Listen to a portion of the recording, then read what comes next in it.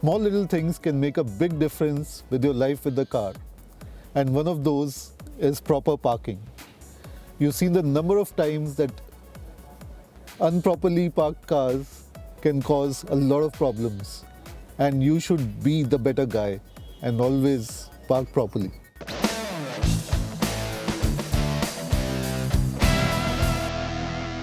In this episode of Be the Better Guy, we're going to talk about parking and parking etiquette, how you can use parking spaces to their max without inconveniencing others.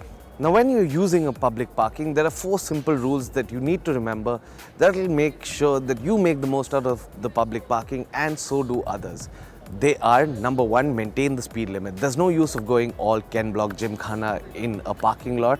There are other people using it too. There are children, there are people, pedestrians moving around. These are things that you always have to keep in mind while using a public parking. So stay in the speed limit. Another thing you have to remember while you're using a public parking lot is always use your indicators. They might seem futile inside a public space, but remember, these are indicators for people behind you and in front of you and pedestrians who might want to cross while you're driving in.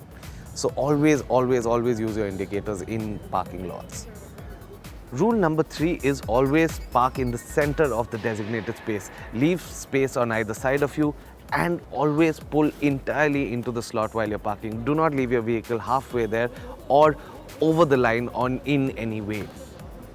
Rule number 4 is never block someone else's vehicle with your car, and if you do, always remember to leave the parking brake off and the gear off so that people can adjust their car. If you have an automatic car, then never ever block somebody's way when you're parking. Now, if you keep these 4 simple rules in mind, you will always be able to use public parking appropriately so as to not inconvenience yourself or others around you who are also using the same parking. So remember, be the better guy and always park correctly.